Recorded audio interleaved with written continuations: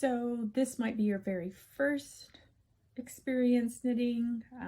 You may have had some beginning lessons previously. Whenever you start a project, you are always going to cast on, which means get your stitches onto your needle.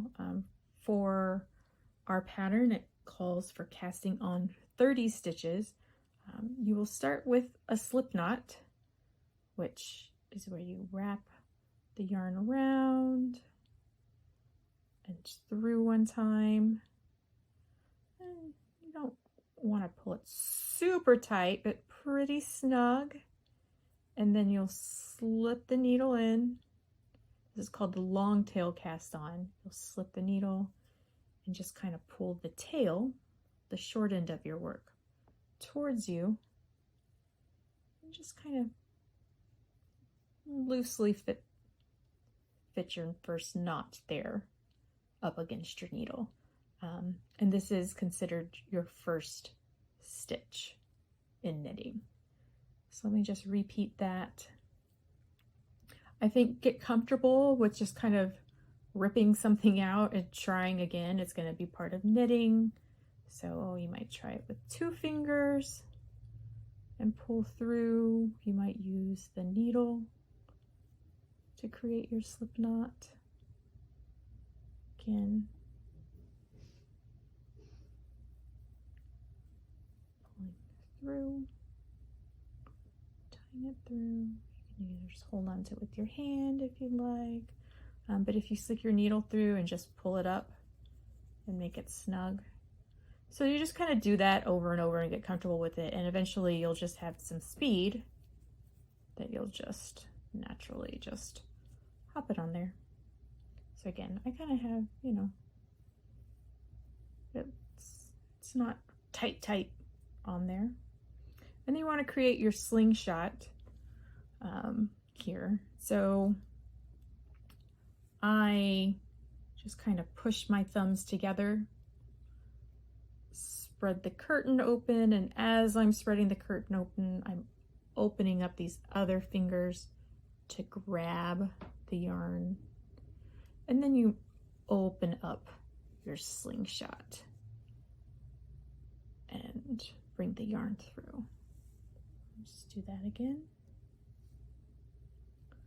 So it's just muscle memory for me at this point, but pinch through.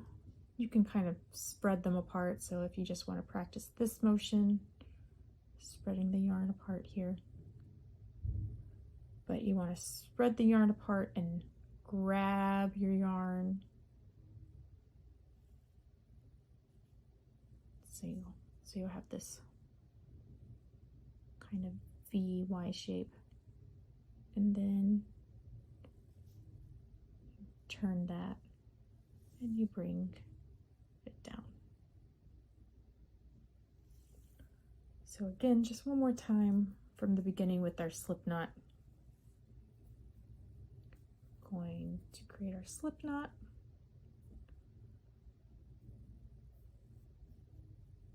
Maybe just pull that tail towards you to where it's in front. Separate. Sometimes it slides off. It's okay. Gives you another opportunity to practice. Separate. You can rotate your hand. Bring it through. Okay. So now that your yarn is set, we can start the cast on.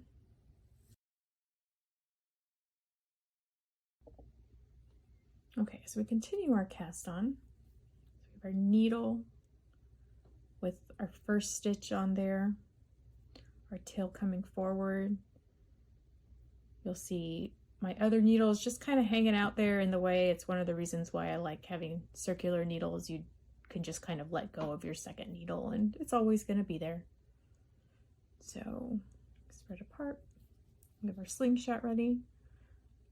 So we're going to go under our thumb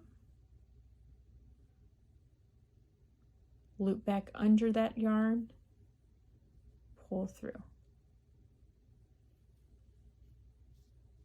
You have your slingshot under your thumb, let your thumb go, pull it through.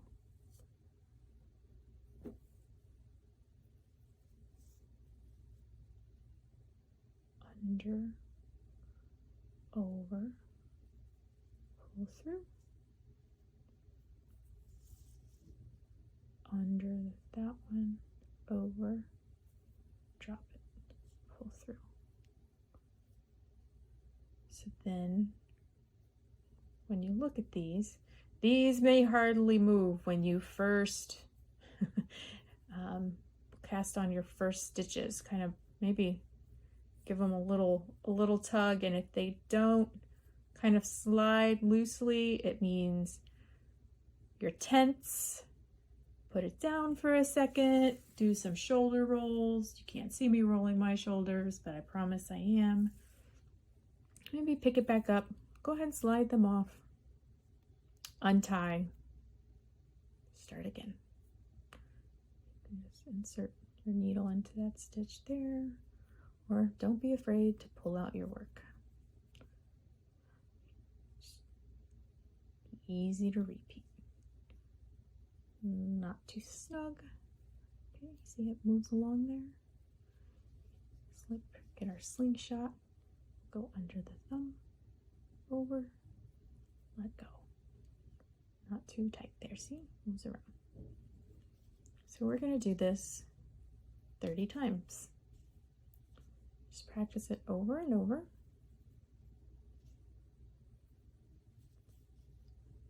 Over, under, release.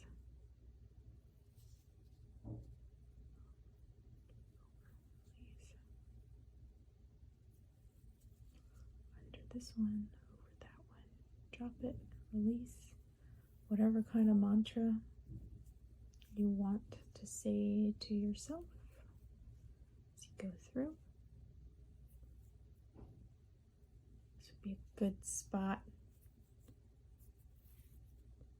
to maybe pause and just practice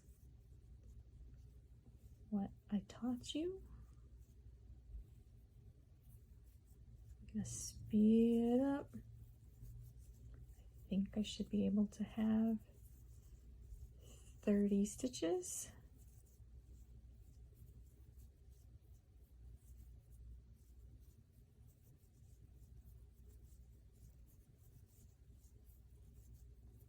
Honestly, I wasn't counting, so I should do that. So you just kind of stretch out your work a little bit here. Be careful to not slide it off your needle. So let's see, that's 2, 4, 6, 8, 10, 12, 14, 16, 18, 20, 22, 24, 25,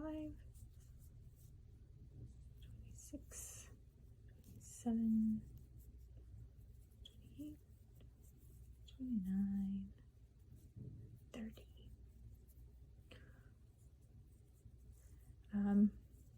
How long your tail is at the end, not terribly important for today's sake.